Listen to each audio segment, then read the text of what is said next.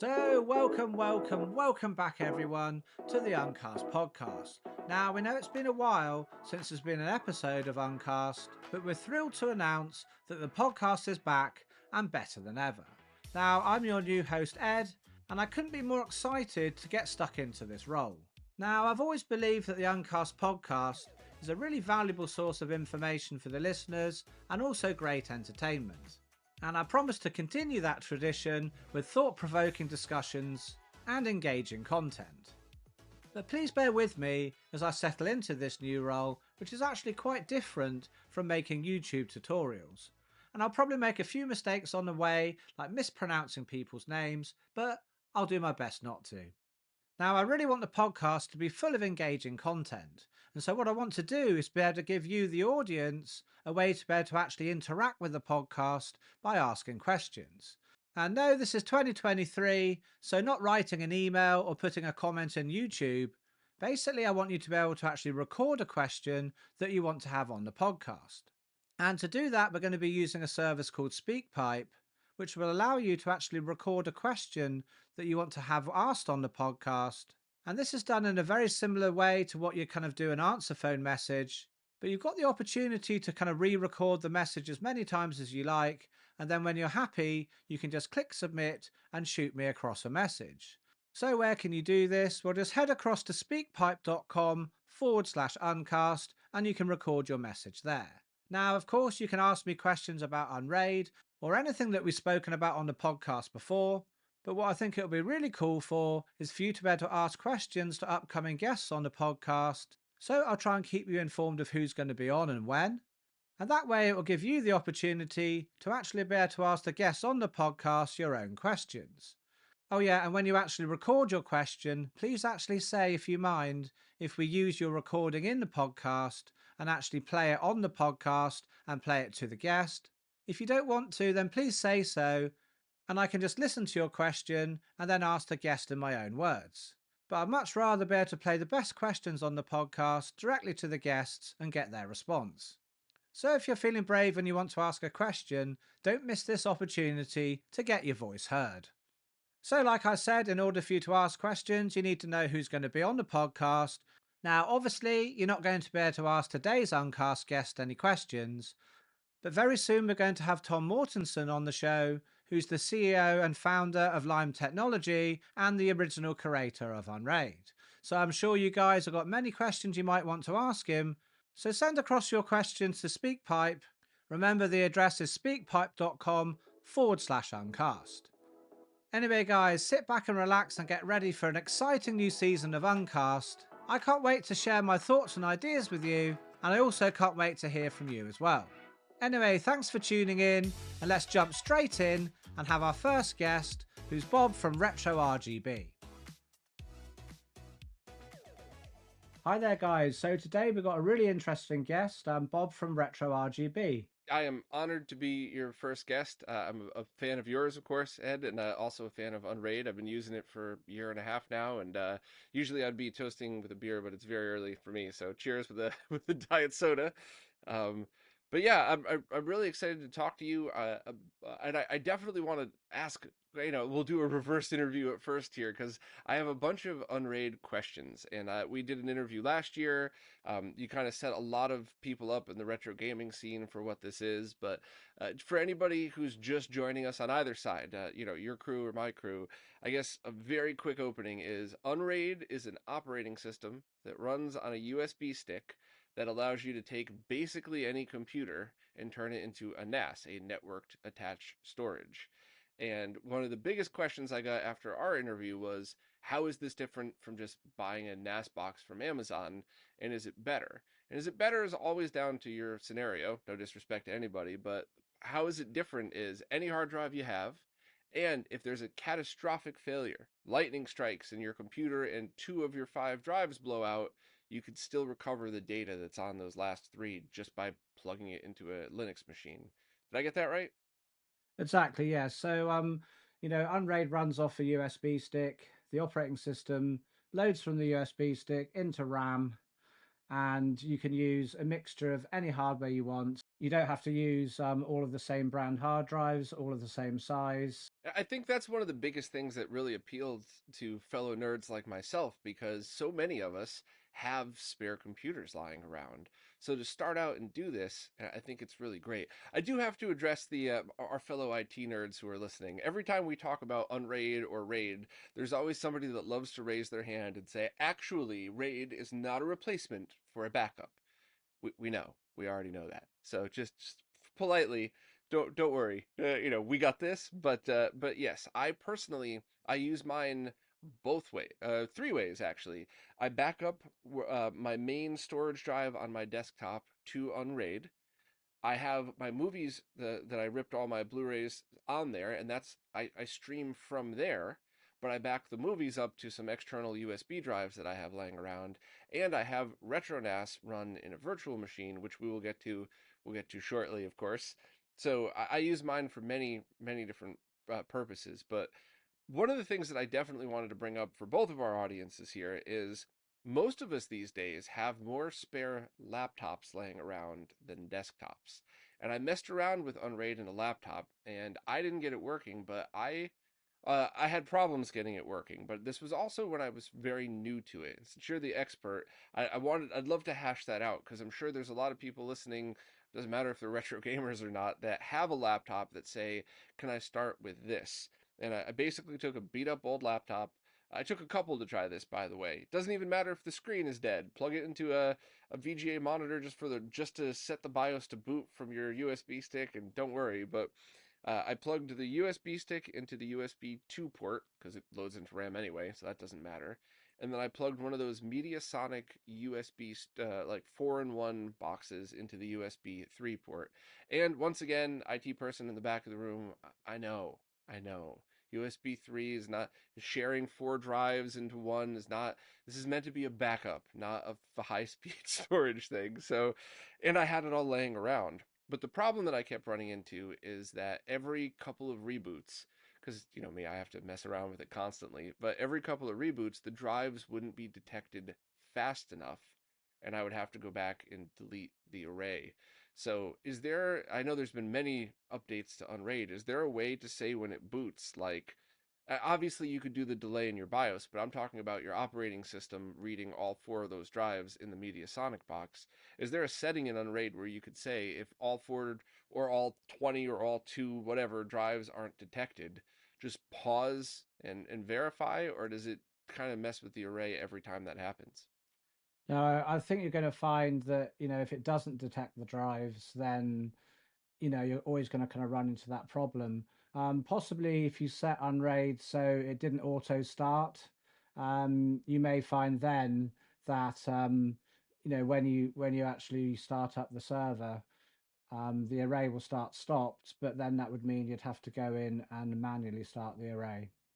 So, And if anybody hasn't seen this, when we say manually go in, you still do not need a monitor connected to this setup. You could just do it through your a browser on your phone, through your exactly, PC, yeah. whatever. So that's interesting because that was a problem I ran into a lot, and that's what prevented me from having a fun second Unraid. Like, I just said I keep my movies on just USB drives. I would have had a second Unraid setup with all of those drives in one on that, not very well made USB contraption thingy that I built, but yeah, that's interesting. So that's a good way. I wonder if the team would consider building some kind of protection like that in, because I almost lost my array a few times when one of the controllers I had went down. So one of the drives went down. Luckily, it was only one drive plugged into that controller because most of them were plugged into the SATA ports on the motherboard, but one of them was plugged into an external controller in the PCI slot. And when that went down, if there had been two or three drives plugged into that, I might have lost the whole array from that one. So Yeah. Even if that had happened, Bob, you would have still been able to recover because even though the drive's not being detected, because they're plugged into a USB external caddy thing, then yes, Unraid could drop them out of the array because it can't see them, but you wouldn't lose the data. All you'd have to do is make a new configuration for the array and then put the drives back in the order they were before. In the drop down menus and everything. in the drop down menu. Like, so long as you don't select the parity as a data drive, then you'll be good. So you wouldn't have lost anything, but it's just a pain to have to do that. Definitely. Yeah, but that's why I wanted to bring this up, just to give my fellow nerds peace of mind here, that because I think anybody that's been in, especially anybody that's been in IT, but anybody that's really into technology, the older you get, the more you have trust issues, because the more you've put trust into platforms or hardware, and it's inevitably going to let you down. So this is the other reason why I'm stuck with Unraid, mostly to find out that it was my fault when things went bad, by the way, just to put that out there. But the reason I've been sticking with it is because of every time something weird happens, I'm able to just have that array still there, and I didn't lose all that time and data. And the other thing to mention too that I was blown away about was that I've probably gone through 5 different desktop computers since I started my array, and every time moving it from one computer to the other is power it down, plug the drives into the new computer, plug the USB drive into the new computer, set it to boot from USB, and that's it. Some config with the VM stuff, which we'll talk about, but like the array was still there. I mean, that's kind of unheard of. When in your life have you had a RAID box, a hardware RAID, where when you wanted to switch it to a different computer, you just move the drives over? Like that's not a thing. So Yeah, it's just so awesome not to have to worry about, swapping the hardware. As far as the server's concerned, everything's exactly the same. It just detects the hard drives and sees them there, and if it can see them, it's happy. So, but like you say, with the VMs, yeah, there can be kind of different things to do. But anyway, Bob, kind of how did you actually discover Unraid in the first place? my friend Risha, who's one of the Mr. developers for the Mr. FPGA project, she was the one that really pushed me towards it. And my old man grumpy ITness kicked in, where I was just like, I don't want to try a new platform. That just seems like more things to go wrong. And she was in a very polite and loving way, was like, shut up and listen. You should try this, and I did. And not only did I like it, but I started to see the potential of what else it could do. And this is my plague right here, because my whole life I've always seen what things are and I see what they could do, and I try to make them do it. And unless I work with a development team, which is basically what my day job's been like since 2006, unless I'm actually there working with the team, I always try to stick a square block into a round hole. And even though I know I can make it fit somehow, and that is kind of one of the things that got me excited about it. And I have run into some trouble, which you've been a help trying to get me through. But I would love to see in the gaming and both retro and modern gaming scene multiple uses for this, because that's kind of a thing. It's certainly a big deal for me. I don't have the money to buy a streaming box and a NAS computer and a main computer and a backup computer. So when you started, actually, I started watching your videos talking about VMs and then talk with you about it in our podcast. The thought of having something that's all right, here's a decent PC. It's not garbage, it's within 10 years old, the specs are good, it's not the bottom of the barrel processor, but by no means is it a fast and expensive computer. But I have that, I got a bunch of drives in it, I install a capture card, and now I have a VM that's a dedicated capture VM. So I'm utilizing the same computer for two things, but I get all of the advantages of a dedicated computer, whereas I only boot it when I'm streaming or capturing.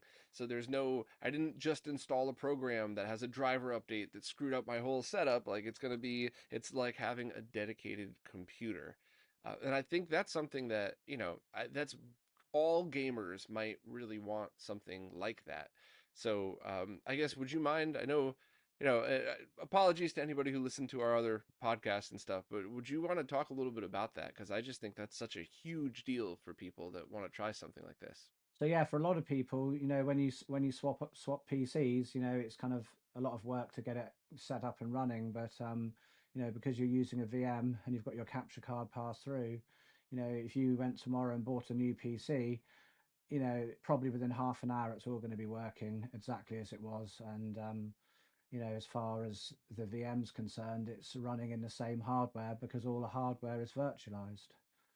While you're 100% right, I actually think the opposite is the more important factor. And I mean this respectfully, but there's been a couple of times where I moved my Unraid over to a new computer, I plugged in the capture card, and the VM doesn't work because I had to remap a bunch of stuff. Now the capture card doesn't work. Now the capture's freezing, and I went, oh man, I screwed this whole thing up. But I just removed the capture card, rebooted the Unraid server, and everything's still there and everything's perfect. So the main use of that machine, the my Unraid server is very important to how I work and play with the movies, but it's the secondary use was the thing that I had problems with. But I always was able to go back and, okay, I'll deal with capture later. I can just bring my laptop over or whatever else for now, but the main use was still there. And I think that's what was so important. All of my frustrations of trying to square peg round hole things didn't affect the file storage. And there's always a danger, right? You could go in and manually delete your drives, but that's also like saying, oh, is it dangerous to mod a video game console in the bathtub with a soldering iron plugged into a wall? Like, yeah, if you make real stupid decisions, yes, but for the most part, you're good to go. But I think a lot of the problems you may have been having with your VM is when you swap hardware. I think it's always a good idea to remove all of the pass-through hardware from the VM template out of the VM before you actually shut down the server, because the hardware will be given a virtual address um, linked to a physical address, and that physical address will be different in a new motherboard, and so that old XML gets kind of left behind in the template, and then when the VM starts up, it's referencing other hardware that may or may not exist in this PC. I think one of the tricks that you taught me last time is a very good workaround for this if your setup allows.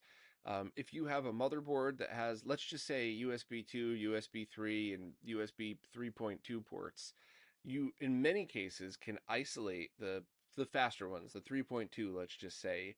And so you boot from the USB 2 because it doesn't matter. And then you have that other USB port dedicated to your VMs. And as long as you only have one VM running at a time, that is where you connect your devices. Connect a USB capture card, connect, USB microphones and audio interface or whatever else. So it really makes it so much easier. You basically just get your VM configured like a basic virtual machine with whatever your OS of choice is, and then the USB devices just kind of work as is, and you don't really need to worry about it. I wanted to ask though, have you tried that with Thunderbolt at all? I don't think that passing through Thunderbolt will work because it's dependent on the actual kind of like motherboard itself. So you may pass through, I may be wrong. The line tech guys watching this may go, "Hey Ed, you're talking a load of crap." But how I understand it is the motherboard is kind of responsible for the Thunderbolt. So actually passing through the Thunderbolt on its own, it isn't enough, because there's other parts in the motherboard that the pass through Thunderbolt would be dependent on. Because when we make a virtual machine, we're basically making a virtual motherboard and then popping bits of hardware into that motherboard. And so that's why I don't think that Thunderbolt would work. I will let you know in a week or two because I plan on trying that. I promise you I'm not going to go off on a tangent here, but I've just had a reputation for the past 20 years of breaking everything. And I don't mean like with a sledgehammer. I mean like I got flown out to Intel's headquarters once because I found a bug in their upcoming chipset. They were like, "No, you didn't," and they flew me out and they're like, "Oh shit, you did, huh?" So I found a bug in Thunderbolt. I know it's such a pompous thing to say. Why is some fat guy from America finding a bug in a major architecture? But I think I did. So I've been working on trying to figure out why that's happening. And I know other companies have found it too because of restrictions. Once again, I won't go off on that tangent, but I did a very quick test run on this machine and it saw the Thunderbolt controller as something that I could pass through. I didn't try it yet. So my hope would be that in a situation like this, you could share the controller itself with a VM.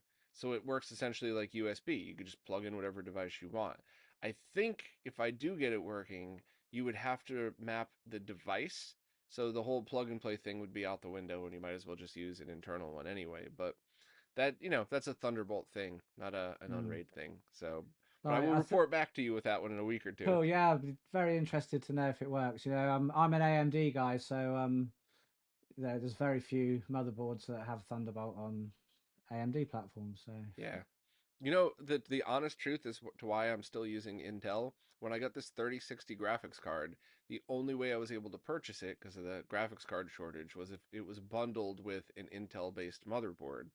So I was like, well, I guess I'm buying an i9. So that was I had no preference. my brother did exactly the same when he got his 3070. It came with the motherboard, so he ordered it, and I think the next day put the motherboard on eBay, and I should have yeah, done that. exactly the same. Yeah, I should have done that, but I stuck with this one in Asus. So while this is not directly related to Unraid, here's a fun tip for all of my fellow nerds here. This was an Asus motherboard. The only BIOS available on their website was the one that it shipped with. And I probably wasted a month of my and my friends' times. And some people who do this for a living, who their time should not be wasted, but we couldn't figure out why I couldn't get this working.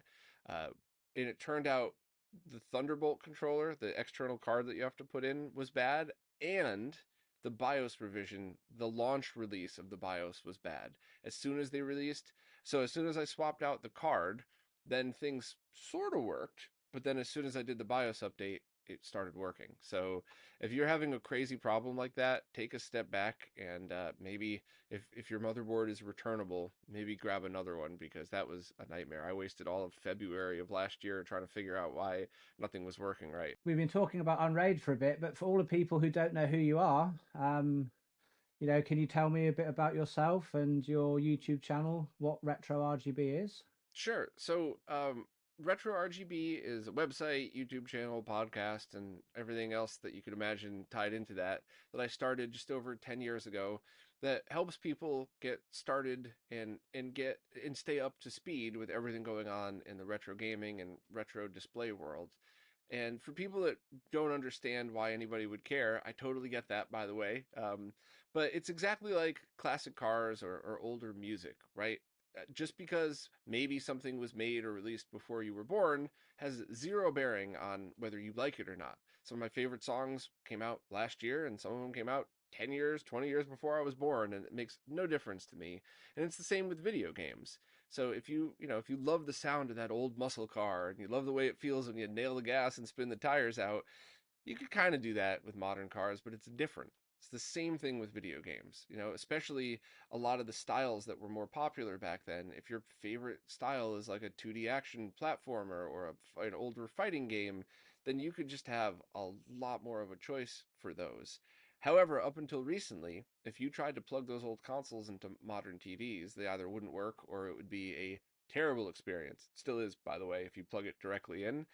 But if you run it through scalers or if you try to find older displays like CRT monitors, you can have a pretty amazing experience. And that's kind of what the website started about. How do you play all of these? But the scene has grown to something pretty amazing where there's new products coming out and new games and new accessories for all of these things. So that's kind of what the website and the podcast that I do has evolved into, is keeping people up to date on, now there's a Bluetooth adapter, now there's an HDMI mod, now there's software called Unraid that you could use with RetroNAS to play your games over the network, which we'll still get to that in a minute, of course. But so yeah, that's kind of what I do, and my job here is to the public facing side is to do stuff like this where I do videos and podcasts and write articles, but the behind the scenes stuff is really what my favorite part and what keeps me going. I work with developers just like I did in the medical field when I was making medical grade computers with a company a while back.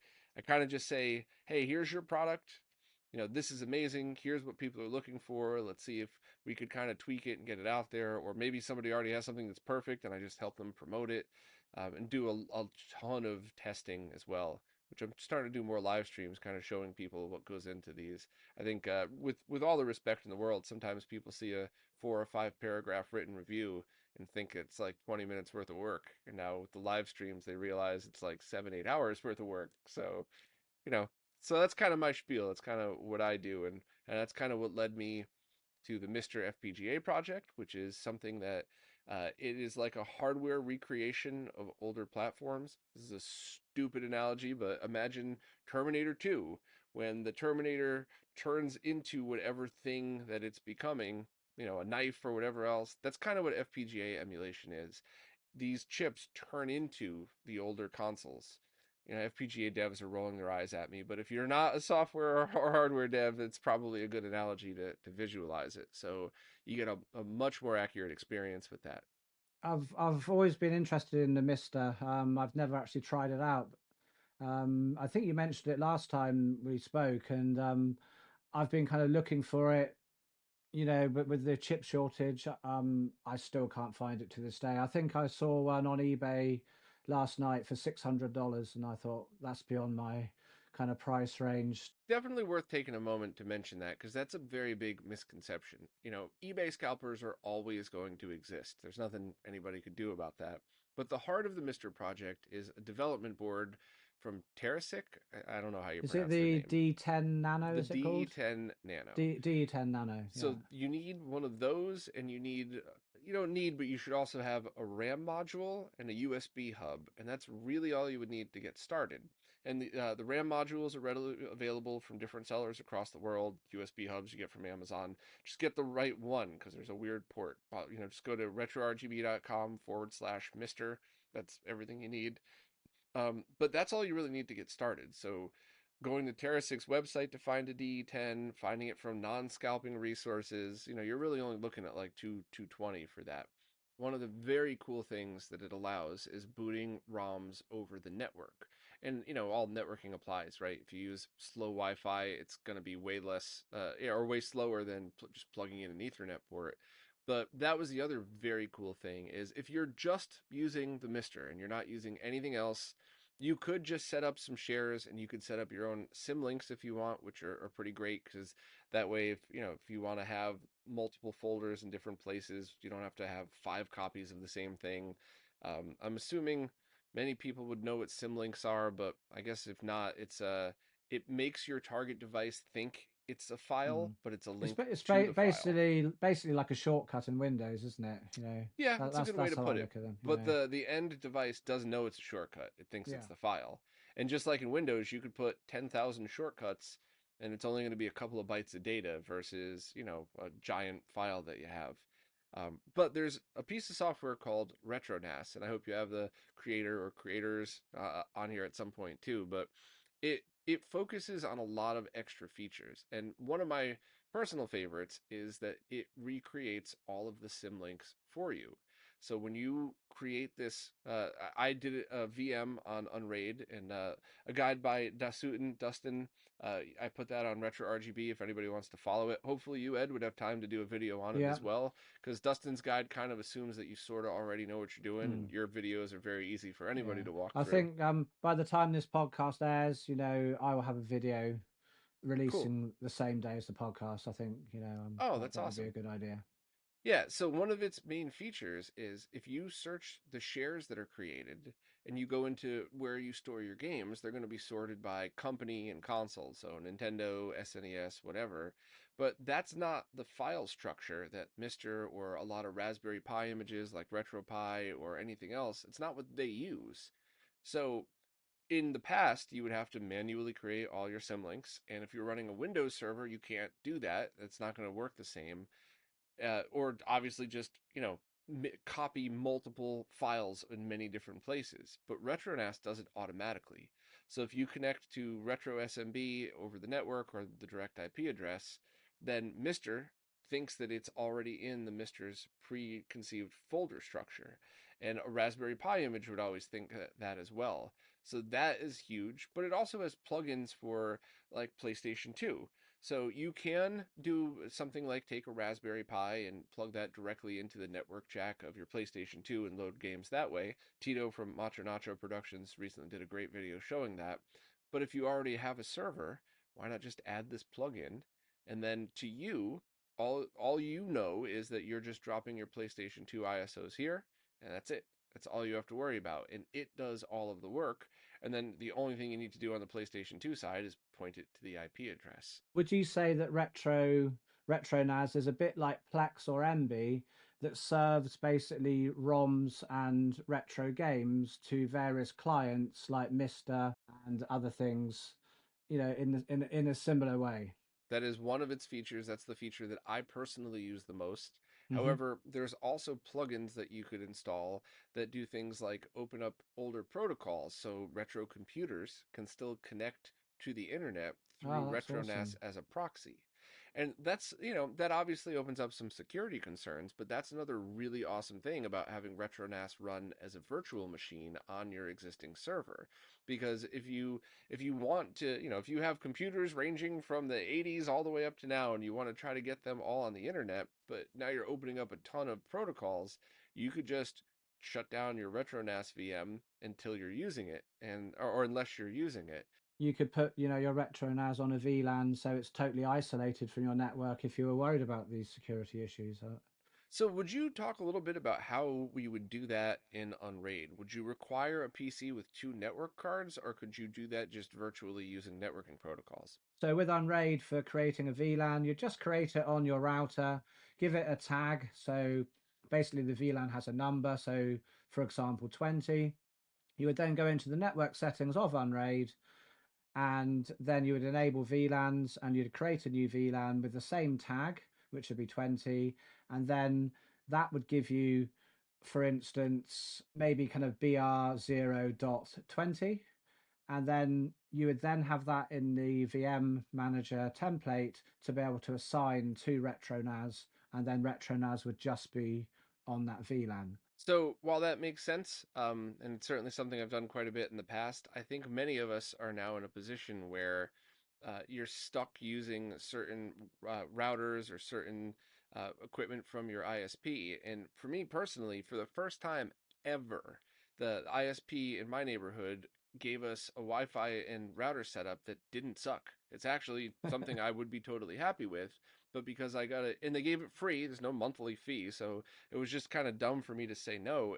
And but the two things are, it can't work on anything else other than their system, so I couldn't just sell it on eBay, but they locked out a lot of the other features.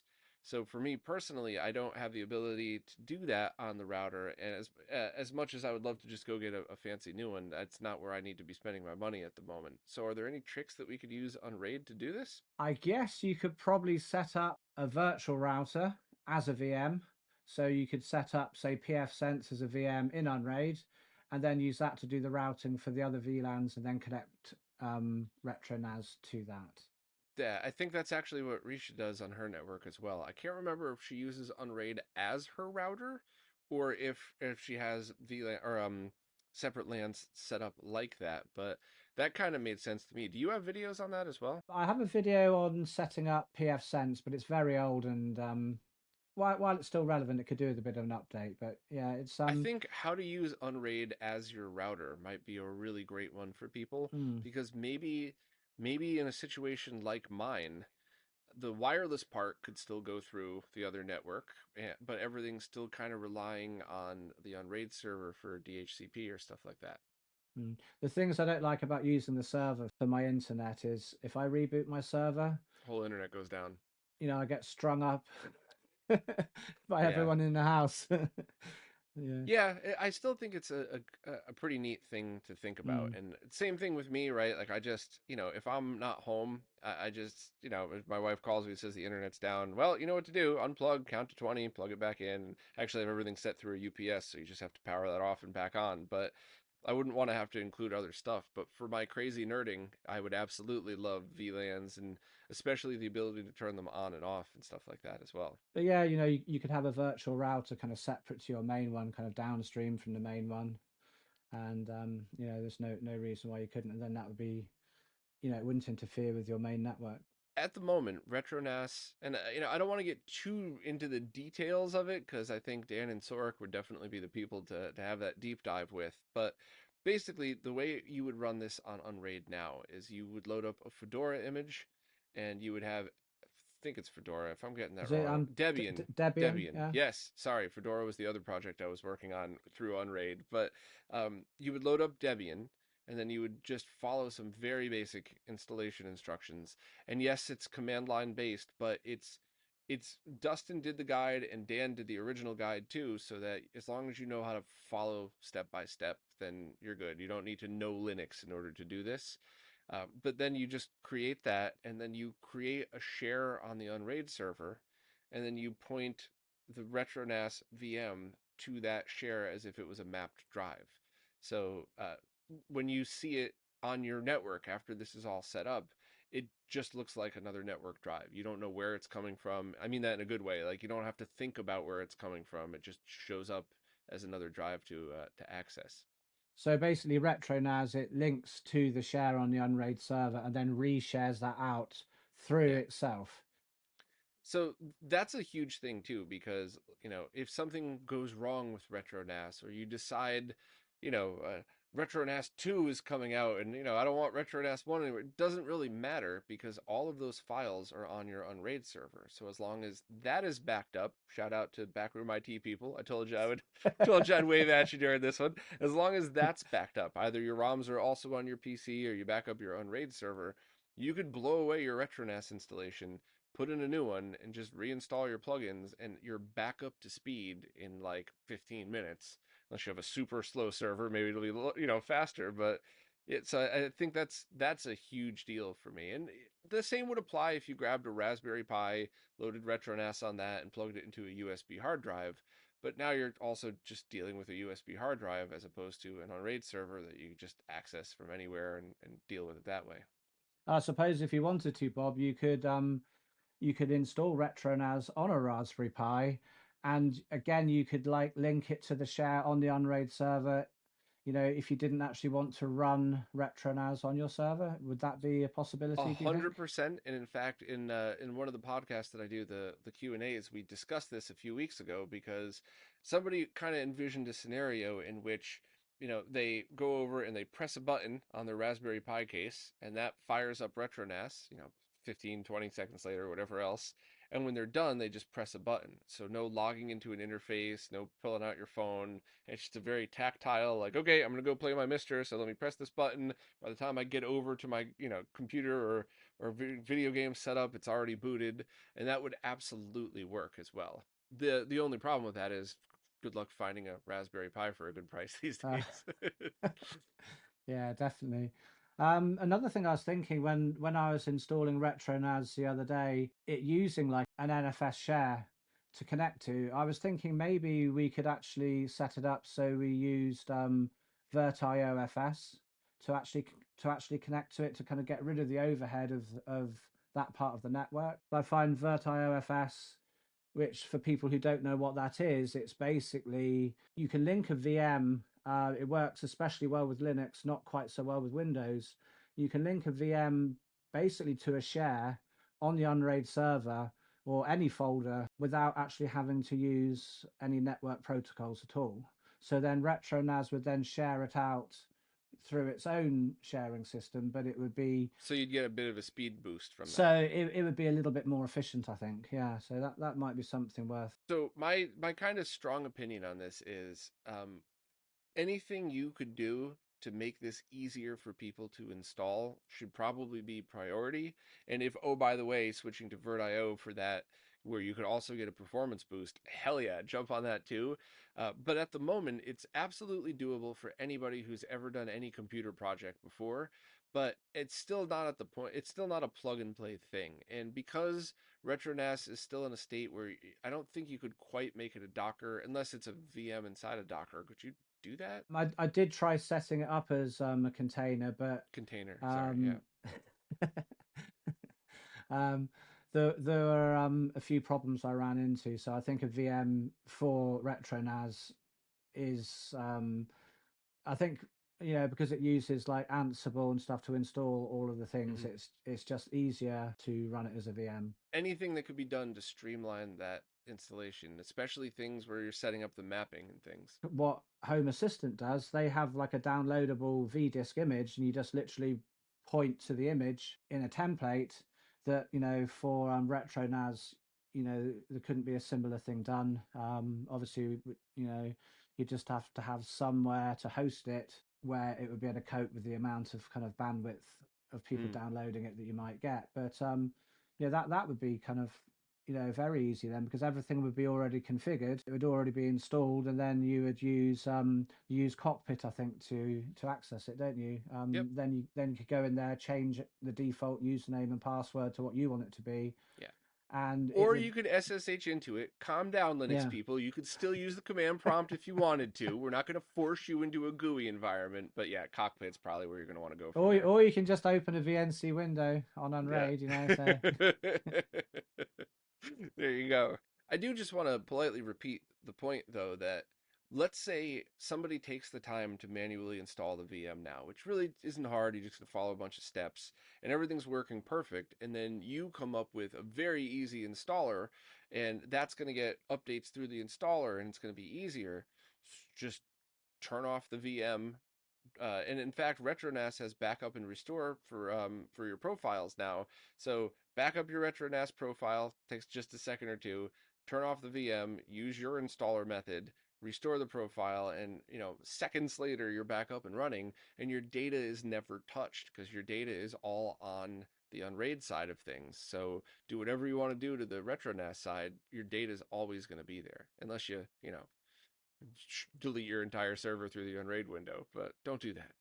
so it's something I can ask you. Like, I really like the idea of being able to host my ROMs and then other systems be able to access it. For me, that would be what I'd really want to use it for. What kind of like what I'd say real systems can actually you can actually use with RetroNAS? I know PS2 and PS3 RetroNAS has got is the PS3 kind of like ROM server. It will also work with the GameCube if you use a network jack on that, and it'll also work with a lot of other things that have network. So with original Xbox, I don't think you could stream the ROMs, but you could use RetroNAS or RetroNAS to push it to the Xbox, which is a help because you don't have to use the controller your Xbox controller to do it.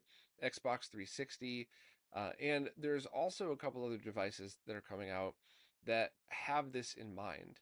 So, said the creator of the Fenrir optical drive emulator for the Sega Saturn has been looking into Wi-Fi ROM loading, and that was about the same time as RetroNAS was released. So I think SED's kind of delayed the release of that to interface better with it. So that's all you basically just would make it look like all of your ROMs are on the Saturn, but they're on RetroNAS.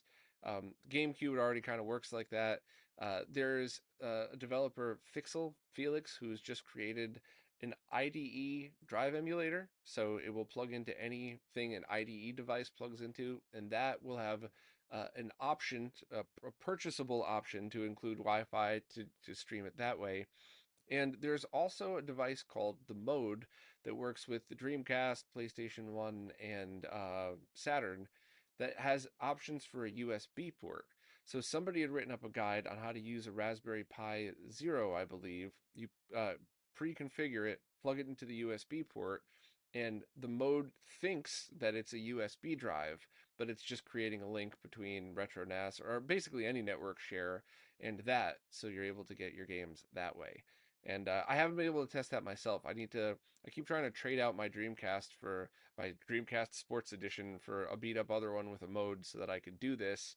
And I just haven't found anybody that wants to do that yet. But so it's really ahead of its time, I guess, even though it's called RetroNAS, but a lot of people are jumping on board with this. So original consoles really are going to start to evolve into it, and I hope. I've been talking to Crix a lot more than usual lately. He's the creator of the EverDrives, and I'm hoping that he would include a Wi-Fi chip in maybe the next revision of his EverDrives whenever those are released. I don't think he had any plans for that, but maybe we could nudge him into it. For people that don't know what the EverDrive is, what is that, Bob? So those are cartridges that are designed for original consoles, Genesis, TurboGrafx, Super Nintendo, Uh, I, whatever. so I've got something like, is it for people who are listening here? I've got like Yep. a SNES cartridge, and it has like an SD card. So basically, you can have a cartridge like this that has a Wi-Fi chip in, and you don't need to have an SD card. Is that That is what I'm trying to wow? nudge these developers into adding because that's one of those things where it's obviously an insane amount of work to add that functionality to an existing platform. But once you add it to one, then you could kind of port that over to the rest. So I've mentioned it to Crix a couple times. Hopefully, the next time he works on a product, he'll consider adding a Wi-Fi chip. But at the very least, any optical drive emulator, I think, is way more important because if you have a Sega Genesis, what do you need? A 64 gigabyte micro SD card? So what, a couple bucks, that's fine. You could deal with that. But when you're talking about trying to copy your CD-ROM or DVD-ROM images, that's gigabytes or terabytes, and that becomes very expensive. So that's when I really think it's more important. So that's kind of, I hope it starts from there and then trickles back down. Yeah, even though like it's just a small SD card, um, I've always been the way where even if it's more efficient to do it another way, sometimes I just really love just bashing away at something to try and make it work just for the hell of it, you Yeah. know. Oh, absolutely. But I mean, if you think about it too, right? How many of us now that are really into retro gaming would want to start off a game on one platform? So maybe you're playing it on original hardware, and then you go, okay, uh, my downstairs CRT original setup is cool, but the room's messy. Let me just finish off my game upstairs on my Mister on my flat panel. If everything is coming off of RetroNAS, you could have all of your saves there as well, so you could continue your games through that. And even if you have to manually move the save game file, if you're talking about Wi-Fi interfaces, it is easier. You could definitely do that with SD now, but then you would just undo the SD card, put it in your computer, copy it over. So that's kind of the functionality I think would be cool. And you never know, maybe you could do things like um full syncing across other devices, or either way, I just think having a centralized place for it would make it easier for most people. Obviously, if you have one console with one ROM cart and none of this applies to you, but if you start doing multiple stuff like this, then I think that's when it starts to get really cool. So Bob, for someone who's like, not dipped their toe into the not dipped their toe into the kind of retro gaming world, would you recommend someone who wants to kind of like give it a go to maybe try out emulators first and see if they kind of like it, or Yeah, 100%. I want everybody who tries this to have realistic expectations. So if you pick up the Genesis Mini or one of the old classic NES or SNES consoles, know that those were designed for cost and for nostalgia. So they have beautiful menus and you get to see your old favorite games and hear them, but they don't play exactly the same. So I would recommend jumping into this stuff with the cheapest options possible that aren't awful. There are some awful options out there, but grab ones that aren't awful. Save yourself some money and try it. And with all the respect in the world, so many people will go and they'll play their favorite games when they're a kid and they'll spend an hour or two and then they'll go, well, that was nice. And then that's it. That's all they really wanted. But a lot of other people will go, oh, I forgot how cool this was. And oh, now I want to play this game. And oh, you know what? This isn't nostalgia. These are just the style of games I like. And those are the people that would then need to decide, do you want to emulate? Do you have a very fast computer? So software emulation, you could do it for basically free. Do you want it on an old monitor, or do you want some slightly more accurate emulation on a lower budget compared to, like a fast graphics card? Grab a Mister. Are you one of those people that just wants the original experience? You want to take that cartridge, put it in your console, you want to feel the power button go on, then use that. And you could even use them with modern displays if you're using something like a RetroTank or an open source scan converter, any upscalers that scale the image. And so there's so many right ways to do it, and you could mix and match. I have friends that like playing the Super Nintendo widescreen hacks. They don't stretch them; they render the games in widescreen on software emulation, but they also own a Mister. But they have their very favorite original consoles still with them, and there's no right answer. There's a whole bunch of right answers. Just don't get the very, very bottom of the barrel stuff. Don't get any of those Hyperkin consoles for $30 that have an HDMI port. Don't get any of those pound cables, because what unfortunately ends up happening is people don't have their expectations set correctly. So you see a device that says, plug this into your Super Nintendo and you could watch it in HD. And you plug it in and it looks cool, but like, it doesn't feel right. Why is the controller sticky? Like, maybe this was just nostalgia and the game really isn't that fun. But the person has no idea that the reason it's like that is because the scaling is super laggy and the video is giving them a headache because it's trying to deinterlace a non-interlaced signal. And it's one of those unfortunate things where as long as you know the very basics of where to dip your toe in the water, you could spend next to nothing or nothing if you have a good PC to start with and experience it, and then just decide where you want to go from there. Just avoid the scam solutions, which The best analogy I could always give for those scam solutions is these are entertainment products. If these were medical products or these were anything that you rely on, they would not be allowed to be sold. They would be recalled. The fact that it's for entertainment means that it could be as crappy as they want and it's not going to put somebody's safety at hand. But that's just kind of the best way to do it. But always ways to start for free. What do you think of these emulation kind of distros such as Recalbox and things like that? Do you put any stock into people maybe trying those things out? And would 100% yes, but same thing, curb your expectations. If you put that on a Raspberry Pi 2 that you have laying around, it's not going to be an accurate and excellent experience. But you got a Raspberry Pi 4 8 GB model, or you load those distros, especially things like Groovy Arcade or Groovy MAME, and you put that on a nice PC and you just take the time to set it up right, then yeah, I think that would be a very good way to go about doing it. But also just remember, now you're spending quite a bit of time on setup. That's the kind of the thing about the Mister is people who haven't tried it scoff at the setup, but people who have actually used it realize that other than the time it takes for to update after you click and just walk away, we're talking 10 minutes, 15 minutes worth of setup. so how do you set up a Mister? Like, if I bought the hardware, how do I say I wanted it to be a Super Nintendo? Super easy. Just buy the D10, plug the RAM chip in, get your USB port in. Follow. I did a guide, Mister, in under 10 minutes, where you basically just take the SD card that comes with the Mister. You should probably buy a bigger one or connect it to RetroNAS, but you could start with the one that comes with it, and then you just run through a very easy step-by-step thing to image it. So you basically run an imager, then you uh, edit a couple of very small things, and then you run an update file, and then that's it.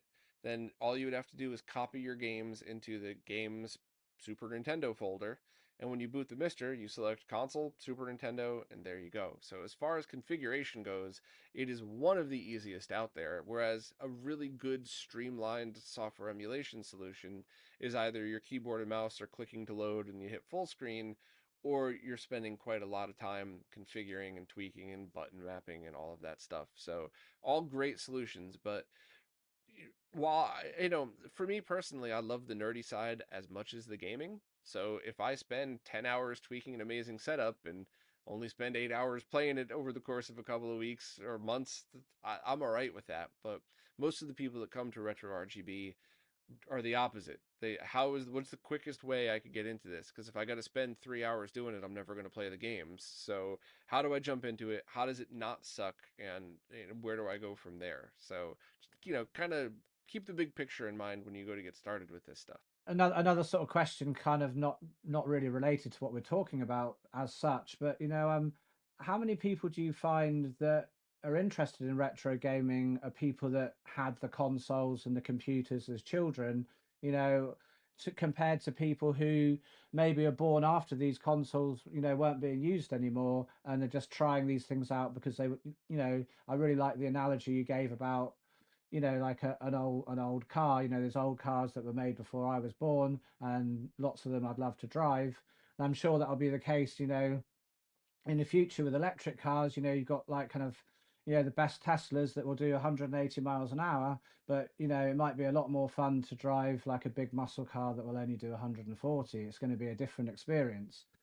But so how many kind of people, younger people, would you say are coming into the scene compared to people who grew up with these consoles originally?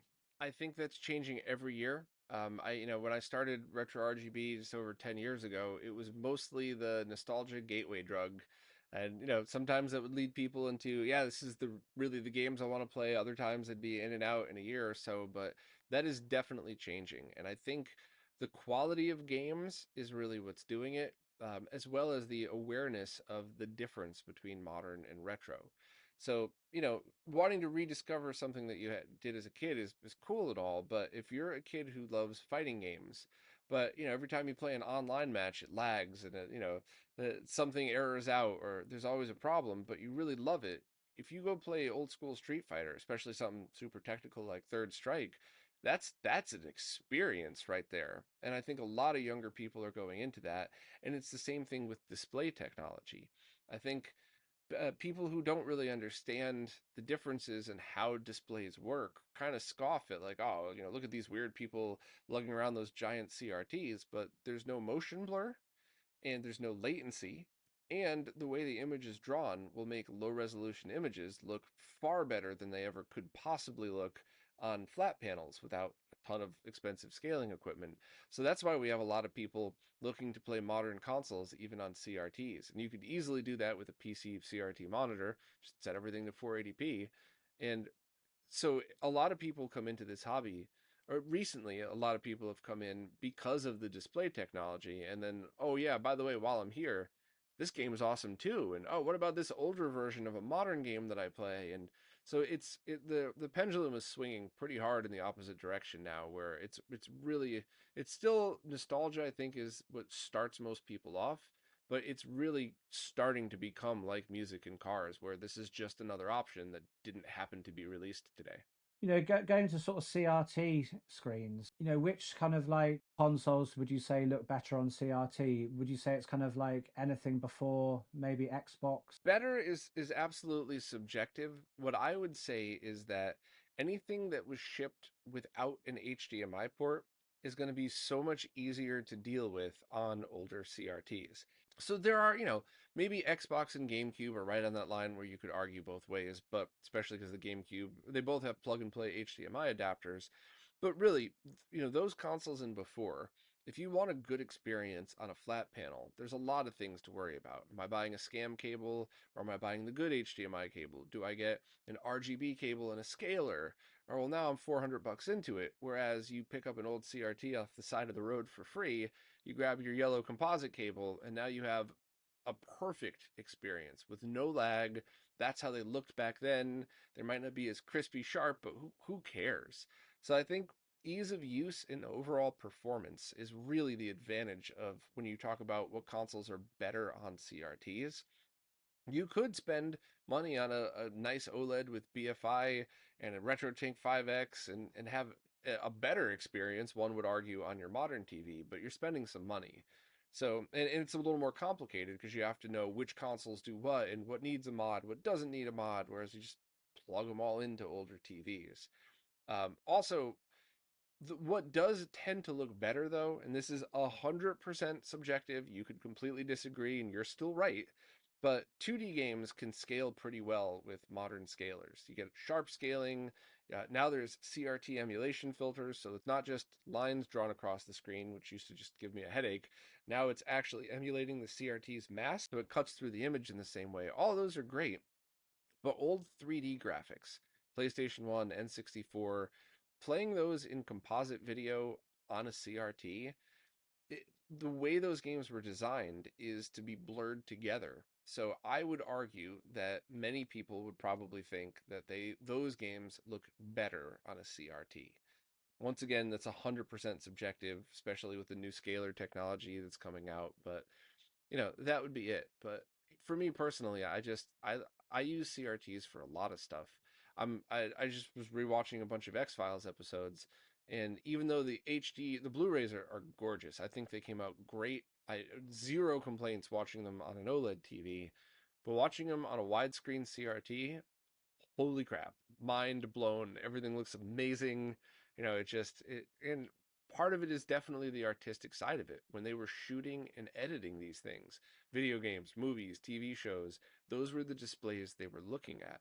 So you that's why they were mixed and color graded that way, and that's why you see a lot of stuff on like a beautiful OLED TV where you're kind of like, eh. And it's not just resolution. It's that the stuff that you're seeing was not visible when they were shooting and editing these, so they didn't know how to clean it up if they would have even wanted to. So display technology is something I'm pretty into, and I do have a projector set up down there. I could just pull the screen down, and I've been kind of getting into that a little bit as well too for certain movies and stuff like that. But definitely a fan of CRTs. They are a giant pain in the ass though. They're big, they're heavy, they're all going to need capacitors replaced at some point, probably soon within the next 10 years, 20, maybe 20 tops, but it's just like old cars, right? You could go over your friend's house who's painstakingly rebuilt a 69 Camaro and you could go for a ride and love it, but do you really want to put the effort in to constantly be working on that thing? A lot of people say absolutely hell yes, and Most people probably not. So, that's why I always tell both options.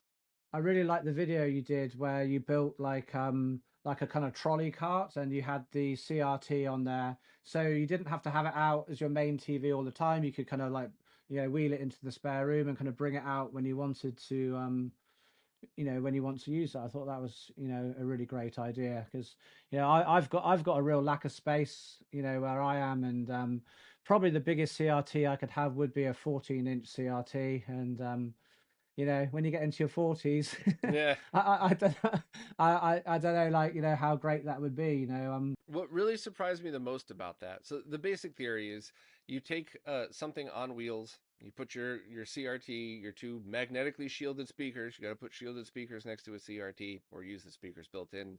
Put all your consoles on it and wheel it away when you're done.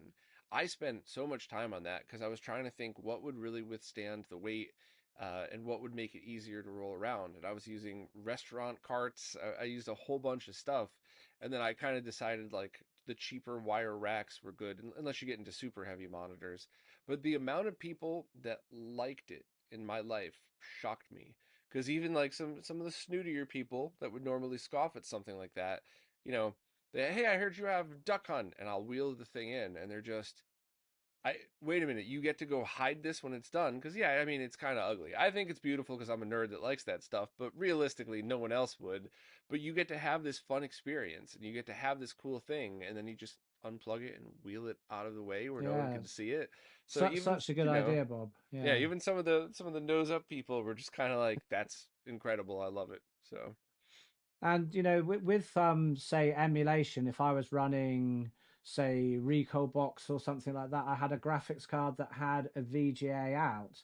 Am I going to get a better picture from an emulator if I plug that into a CRT monitor than if I used the say HDMI out of my graphics card with the emulator and plugged that into my normal monitor? So let's assume that everything is configured perfectly and you have all of the correct accessories.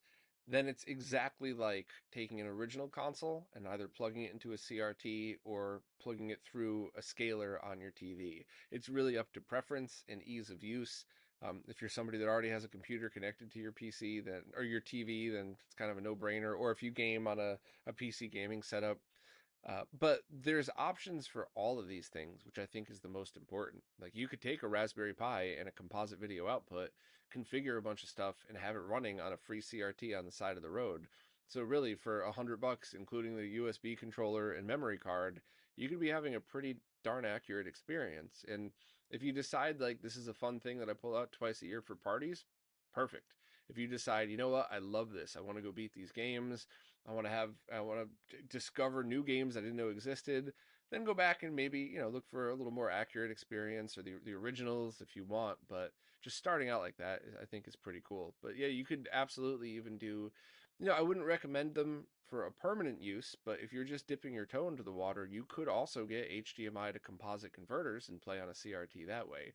They're laggy, but it's not as laggy as some of those scam HDMI cables. So if you're just dipping your toe in, that's I've fine. got a few of those HDMI cables, Bob, and Oh, I know exactly what you mean. Yeah, yeah. yeah.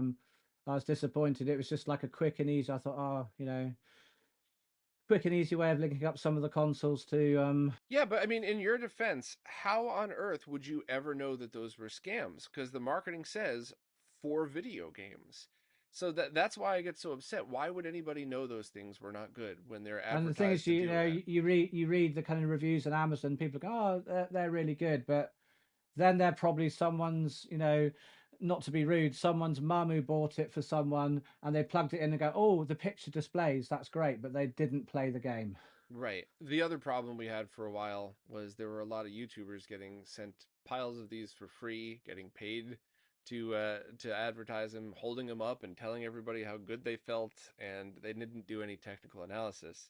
And that's kind of, I got a lot of shit for many years because I came along and I'm like, here's measurements, here's an oscilloscope, here's a high-speed camera, here's how you do it right, here. And now a lot of those people had egg on their face. So what are you going to do? Are you going to say, you know what, I'm sorry, I was paid to do this and I didn't do my diligence? Of course not. If you're somebody that would get paid to lie about a review, you're going to double down and say, Bob's lying for attention. He's just clout chasing. Like, no, oscilloscope doesn't lie, buddy. You could Yeah. try yourself if you knew how to use one. So, Like I've got a RetroTink as well, one of the kind of early ones. It's probably 2 or 3 years old.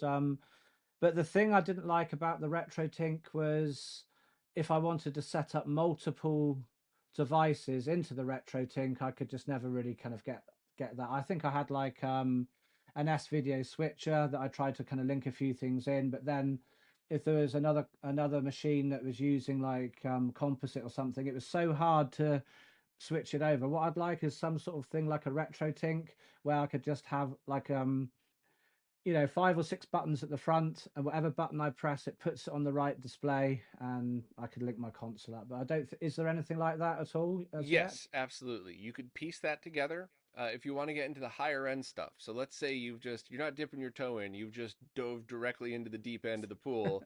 You can get the G SCART and G Comp switches. They're expensive, but this is a get what you pay for scenario. All automatic switching. There are some lower end versions. When I say lower end, they're actually medium. They're very good. They're reliable, but not all of the crazy features that you could do that. You could start out with a manual push button switch, totally fine. Nothing wrong with that. The ones that don't power on have no chance of really, you might get some interference on the screen, but well, whatever. There's no harm that could possibly be done to your equipment, and then you would just push it that way.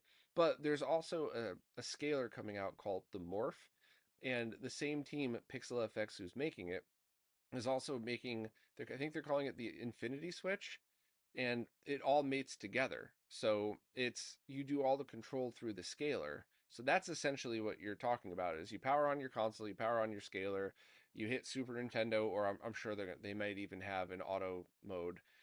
But the fact that it all ties together, you don't have to say Super Nintendo in RGB. Oh, now I'm going to go do original NES in composite, or the scaler would just know what console and what input you're using. But that's money, right? You could just also get a RetroTink Mini and a very cheap push button switch for much less and kind of go there. So it's really just so many good choices these days. It's really the best time ever to be a retro gamer. My brother sent me a link to a product called the Checkmate 19 IPS Retro Monitor. Is that something you've heard of?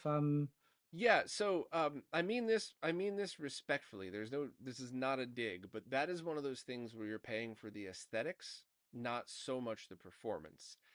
The person who created that, they're trying to get multiple options for panels, so they're trying to get a really high performing one. The one that they're including is fine. It's not bad. But if that's the type of product that you spend your extra money on because it kind of looks like a CRT, but you don't have any of the disadvantages. It's not heavy. You don't have to worry about calibration, and you just plug your consoles into it, and you're fine that way. Um, so that's really one of those things. If you want both, you could get a very cheap PC monitor that has 2 milliseconds of latency and get a RetroTink 5X for about the same price and have a technically better experience, but it looks like a modern monitor. So that's really one of those options where you have to decide that aesthetics are equally as important to you, which I'm totally down for, but it is more money. So So these things just personal choice, aren't they? Really, like 100%. Yeah. there's no one size fits all. No, and that's something that I've been lobbying a lot of people in the industry to try to figure out how to do. But the biggest problem is the panel manufacturers don't think the numbers are there. So what we would really love to see is a 24 to 27 inch, because they have flexible OLEDs now. So you could have one that has a very slight reverse curvature, kind of like a CRT. You could have one that runs at 120 hertz, so that you could use black frame insertion to have motion blur, reduced motion blur. You could try to get the latency down, and we could actually build that right now for about $2,500 a panel. So in order to get that at that price point down to 500 or below, they would have to make so many, and they don't think that Right, the and it's numbers not the are there. market. So I see. Okay, Bob. Well, I think thank you very much for your time today. It's been really great having you on the podcast. I don't think there's anything else I wanted to ask you. Where can people get hold of you, Bob, if they want to see your work? I am at RetroRGB everywhere. So all of the social media services, Patreon, all of those places, if you want to support. But the website, RetroRGB.com, is the main hub for everything and should point you to everything that we do, all of the amazing contributors that help out and donate their time to spread the word of all this awesome stuff. So basically find us everywhere at RetroRGB. And thanks very much for having me on. This was great. I hope that your podcast blows up and gets super popular, because I think Unraid is one of those things where the more people know about it, the more people are going to realize this is something they wish they'd known about a long time before. Exactly. Well, thank you very, very much for your time, Bob. I really appreciate it, and I hope you have a great rest of your day.